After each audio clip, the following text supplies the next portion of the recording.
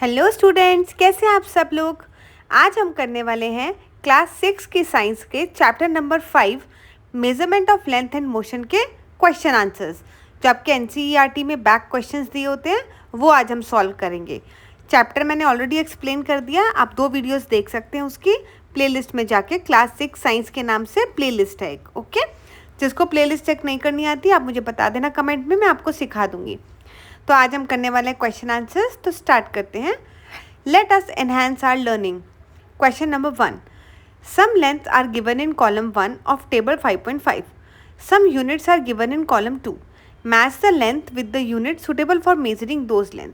तो आपको column A में कुछ लेंथ दी हुई हैं और कॉलम बी में उसके यूनिट्स दिए हुए हैं, तो आपको उनके वो बताने हैं कौन सा सही है, ठीक है। मैच द फॉलोइंग है ये। तो फर्स्ट है आपका distance between Delhi and Lucknow. अगर आपको किसी भी सिटीज़ के बीच में डिस्टेंस देखना होता है तो आप किस में नापते हैं, किलोमीटर्स में, ओके। तो फर्स्ट का आंसर इज किलोमीटर। दूसरा है थिकनेस ऑफ अ कॉइन। अब कॉइन की थिकनेस तो बहुत कम होती है, तो उसको आप सेंटीमीटर, मीटर इन सब में तो नहीं कर सकते, तो उसको आप करेंगे मिलीमीटर्स में, ठीक है। मिलीमीटर में आप मेजर करेंगे। थर्ड आया आपका लेंथ ऑफ एन इरेजर। अब इरेजर थोड़ा सा तो बड़ा होता है, तो उसको आप सेंटीमीटर में करेंगे। और लेंथ ऑफ स्कूल ग्राउंड आप देख सकते हैं, उसको आप मीटर्स में मेजर कर सकते हैं। तो ये सब कॉलम 1 2 हमने 2 से इसको मैच करके इसमें आंसर्स आपके लिख दिए हैं। चलो अब question number 2, read the following statements and mark true or false against each. First is the motion of a car moving on a straight road is an example of linear motion. तो अगर एक car straight road पे जा रही है तो वो linear है, हाँ वो लीनियर है, this is true. Any object which is changing position with respect to a reference point with time is said to be in motion, ये भी ट्रू है। थर्ड क्या है, 1 kilometre is equal to 100 centimetre. नहीं, 1 kilometre में 1000 metres होते हैं, 100 centimetre नहीं होते, तो ये फॉल्स है। तो यहाँ पे आपके मैंने आंसर्स लिख दिए हैं, ट्रू और फॉल्स। चलो अब हम करेंगे इसका नेक्स्ट क्वेश्चन। ये आपका मल्टीपल चॉइस क्वेश्चन है। Which of the following is not a standard unit of measuring length, millimetre, centimetre, kilometre या हैंडस्पेन। तो हैंडस्पेन जो है वो आपका स्टैंडर्ड यूनिट नहीं है। क्यों? हैंडस्पेन मतलब जो आप अपने हैंड से नापते हैं, राइट। तो वो स्टैंडर्ड नहीं है, सबके हाथों का साइज अलग अलग होता है, तो सबकी मेजरमेंट अलग होंगी। Question number 4, search for the different scales और measuring tapes at your name and school at your home and school. Find out the smallest value that can be measured using each of these scales. Record your observation in a tabular form. तो अब आपको different scales या measuring tapes ढूंढनी है जो आपके school में यो भी यूज़ करी हो या आपने घर में करी हो, और फिर आपने ये देखना है कि उससे स्मॉलेस्ट चीज़ क्या है जो आप नाप सकते हैं, ठीक है। तो इसका आंसर है, जो मेजरिंग डिवाइसेस अलग अलग हैं, सबसे पहले ज्योमेट्री स्केल। आपके पास स्केल होता है तो उसके अंदर स्मॉलेस्ट वैल्यू कौन सी मेजर कर सकते हो, 1 मिलीमीटर मेजर कर सकते हो, राइट। सेंटीमीटर स्केल होता है आपका। फिर टेलर मेजरिंग टेप के अंदर आप 1 मिलीमीटर, उसमें भी स्मॉलेस्ट यूनिट यही वाली आप मेजर कर सकते हो। फिर जो मेटल रॉड है मीटर वाली, उसमें भी आप 1 मिलीमीटर कर सकते हो। फिर आपके पास 15 सेंटीमीटर प्लास्टिक स्केल है, उसके अंदर भी जो स्मॉलेस्ट वैल्यू है आप उसमें 1 मिलीमीटर मेजर कर सकते हो। थोड़े से और डिवाइसेस हैं, देखो 15 सेंटीमीटर स्केल तो आपका 1 मिलीमीटर सबसे स्मॉलेस्ट वैल्यू आप उससे नाप सकते हैं। फिर जो फ्लेक्सिबल टेप होती है आपके पास, वो उससे आप 1 मीटर और 1 इंच सबसे छोटा हो गया, वो आप नाप सकते हैं उससे। फिर लॉन्ग टेप रोल होता है, उससे आप 1 सेंटीमीटर या 1 इंच नाप सकते हैं, ठीक है। और फिर वर्नियर कैलिपर होता है, उससे आप 0.1 मिलीमीटर नाप सकते हैं। चलो question 5, suppose the distance between your school and home is 1.5 kilometres. तो इसको आपको मीटर्स में कन्वर्ट करना है। तो ये बहुत आसान है। बड़ी यूनिट को जब भी छोटी यूनिट में करना होता है तो हम उसको क्या करते हैं, उससे मल्टीप्लाई कर देते हैं। तो अभी आप 1.5 किलोमीटर को 1000 से मल्टीप्लाई करोगे तो कितना आ जाएगा आपका, 1500 मीटर्स, क्योंकि पॉइंट जो है 10 के बाद लगेगा, तो 1500 मीटर्स रह जाएंगे, ठीक है। चलो नेक्स्ट करते हैं अब क्वेश्चन 6, टेक टम्बलर और अ bottle, measure the length of the curve part of the base of the glass और बॉटल एंड रिकॉर्ड इट। आपको कोई टम्बलर या बॉटल लेना है। बॉटल कैसी होती है, गोल होती है, उसकी सरफेस कर्व्ड होती है, तो अब आपको उसका मेजरमेंट लेके लिखना है।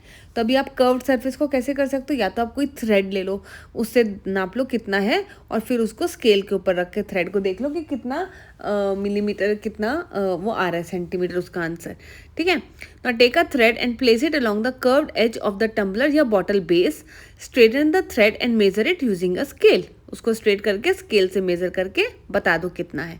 Easy question. Now question number 7, measure the height of your friend and express it in metres, centimetres and millimetres. तो जितनी छोटी यूनिट होगी ना उतना बड़ा नंबर आएगा आपका, है ना। अब आपको अपनी किसी भी फ्रेंड की हाइट ले लो और उसको लिखो इन तीनों यूनिट्स में। सो मान लो एग्जाम्पल लिया हमने, आपकी फ्रेंड की हाइट है 1.35 मीटर्स, ठीक है, ऐसे हमने नापी। तो 1.35 मीटर्स में हो गई। सेंटीमीटर में कैसे कन्वर्ट करते हैं इसको, आप 1.35 को मल्टीप्लाई कर देंगे 100 सेंटीमीटर से, क्योंकि 1 मीटर में 100 सेंटीमीटर होते हैं। तो इसका आंसर आ गया आपका 135 सेंटीमीटर।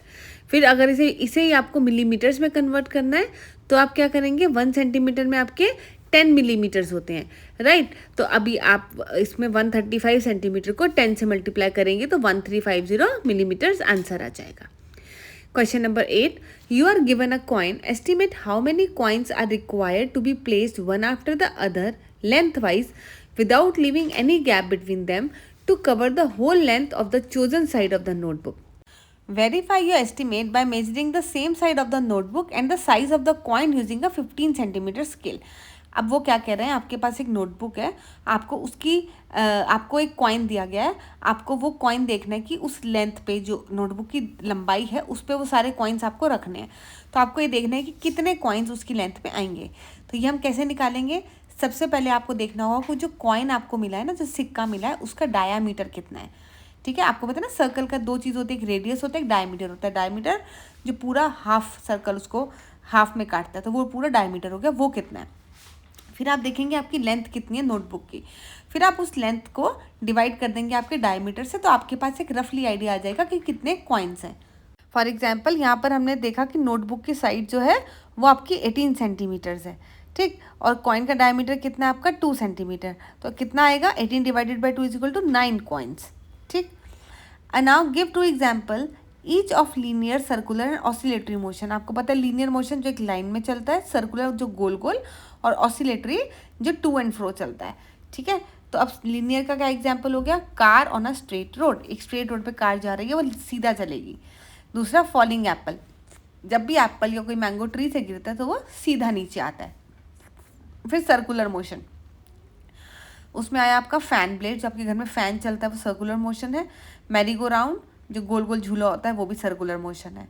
फिर ऑसिलेटरी मोशन का एग्जाम्पल क्या हुआ आपका, पेंडुलम और स्विंग। पेंडुलम क्या होता है, आपने देखा होगा पुराने ज़माने की घड़ियाँ होती हैं, उसके नीचे ना एक सेकंड्स के लिए पेंडुलम होता है, वो कंटिन्यूसली टिक टिक टिक टिक ऐसे चलता रहता है, ठीक है, टू एंड फ्रो मोशन में, उसे पेंडुलम कहा जाता है। Now question number 10, observe different objects around you, it is easier to express the length of some objects in millimetre, some in centimetre and some in metre. Make a list of 3 objects in each category and enter them in the table. 5.6 वो कह रहे हैं अपने around चीज़ें देखो तो आपको समझ में आएगा कि आप कुछ चीज़ें जो इतनी छोटी हैं उसको मिलीमीटर में मेज़र कर सकते हो, कुछ चीज़ें बड़ी हैं थोड़ी तो उसे सेंटीमीटर में कर सकते हो, और कुछ चीज़ें काफ़ी बड़ी हैं तो उसको आप मीटर्स में कर सकते हो। तो वो कौन कौन से ऑब्जेक्ट्स हैं जिन्हें आप मिलीमीटर में कर सकते हो, वो है थिकनेस ऑफ पेपर, पेपर कितना पतला होता है, या थिकनेस ऑफ बुक, बुक आपको देखनी है इसकी कितनी थिकनेस है तो भी आप मिलीमीटर्स में कर सकते हो। फिर थिकनेस ऑफ नीडल या फिर कॉइन, है ना, ये सभी मिलीमीटर में। तो सेंटीमीटर में आप क्या कर सकते हो, पेंसिल की लेंथ नाप सकते हो, स्पून की लेंथ मेज़र कर सकते हो, या फिर आप फ़ोन की लेंथ या ब्रेड्थ मेज़र कर सकते हो। फिर मीटर में आप क्या मेज़र कर सकते हो, आपका जो घर में जो डोर है या वॉल है उनकी हाइट, डोर की हाइट, रूम की लेंथ, या और ये सब आप रोप को मीटर में कर सकते हो, क्या करते हो उसको मेज़र, ठीक है। जितनी छोटी चीज़ होगी उतना छोटा यूनिट यूज़ करोगे आप। Question 11, a roller coaster track is made up in the shape shown in figure 5.19. A ball starts from point A and escapes through the point F. Identify the types of motion of the ball on the roller coaster and corresponding portions of the track. तो अब वो बोल रहे हैं कि ये देखिए diagram में आपको दिख रहा है कि एक बॉल है येलो कलर की, और ये पूरा का पूरा उन्होंने रोलर कोस्टर ट्रैक दिया है, तो इसके अंदर बॉल कैसे मूव करेगी।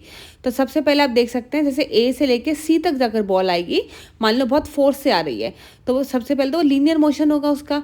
उसके बाद जैसे ही उसको इस सर्कुलर लूप में आना है, तो जब वो सर्कल में आ जाएगी उसके बाद जो लूप बना हुआ है, अब जब वो सर्कल में बहुत फोर्स के साथ आएगी तो हो सकता है वो D to E पॉइंट तक क्या हो, D से E तक अप एंड डाउन एक आध बार ऊपर नीचे रोल करे, और फिर वो जाके लीनियर मोशन में E से F तक चली जाए।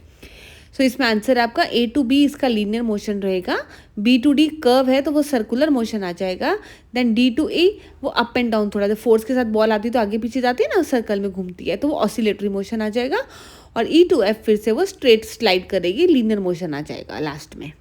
Now question number 12, Tasneem wants to make a meter scale by herself.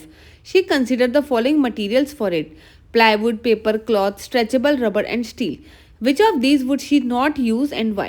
उसको एक मीटर स्केल बनाना है, उसके पास अलग अलग तरह के मटेरियल हैं जैसे plywood, paper, cloth, stretchable rubber और स्टील, तो वो इनमें से किसका यूज़ नहीं करेगी और क्यों?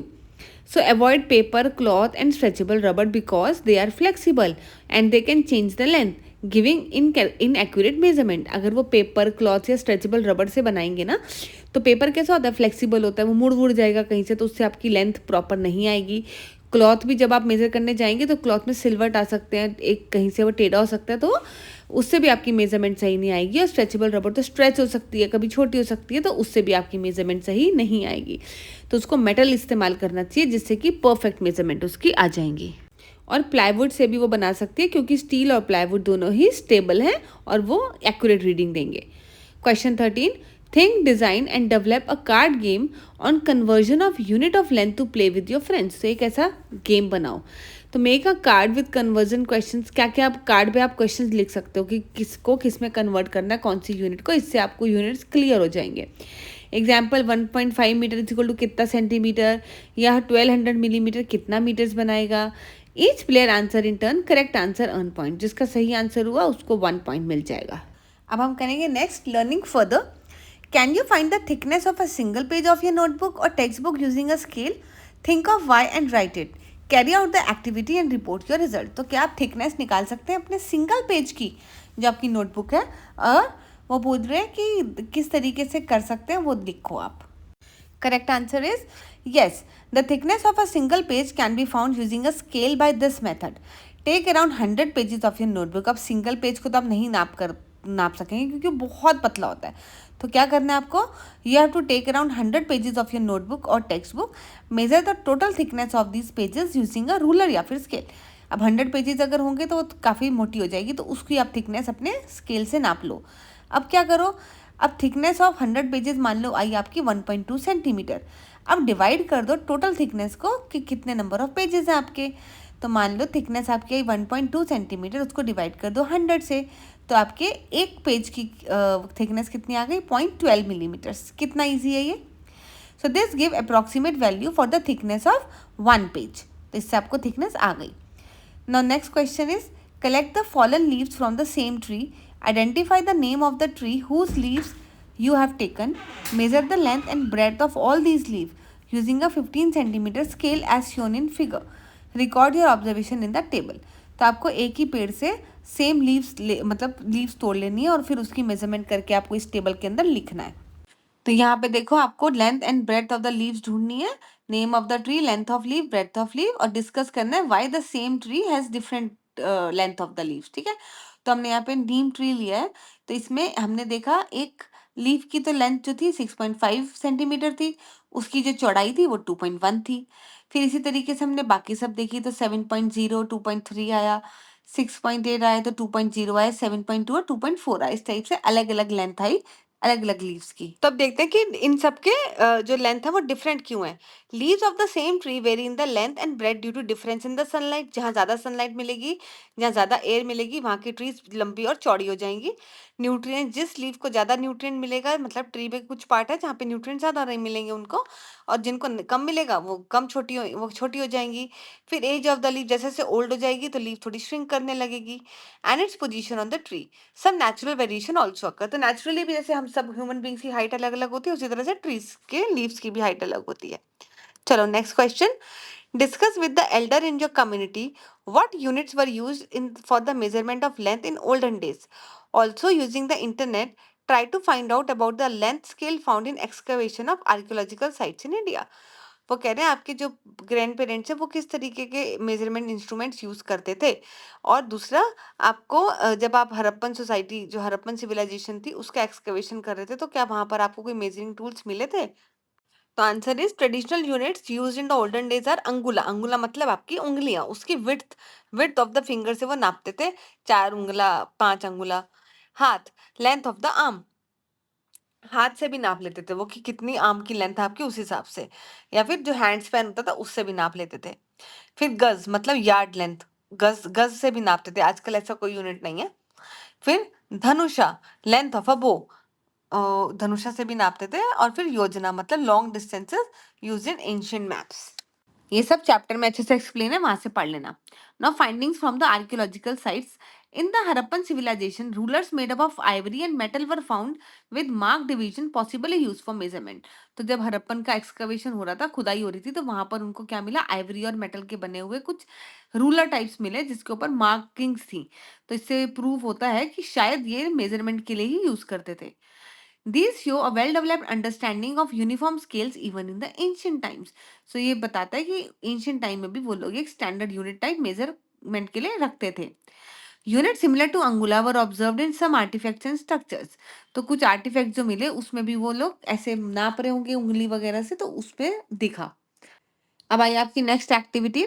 Create a maze using lines of 1 centimetre and 2 centimetre and the combination part of it has been made for you. Now use your imagination and expand it to the size as big as you want. तो आपको एक मेज बनाना है। मेज क्या होता है बच्चों, जो भूल भुलैया टाइप होता है, जिसे आप पजल भी बोलते हैं, है ना। इसमें आपको रास्ता ढूंढना होता है, तो इसमें आप कैसा भी करके अपनी मर्जी से मेज बना दो। Next activity. How tall am I? Stand along a wall and with the help of the adult mark your height. Repeat it every 3 months to maintain a height record of yourself and your sibling.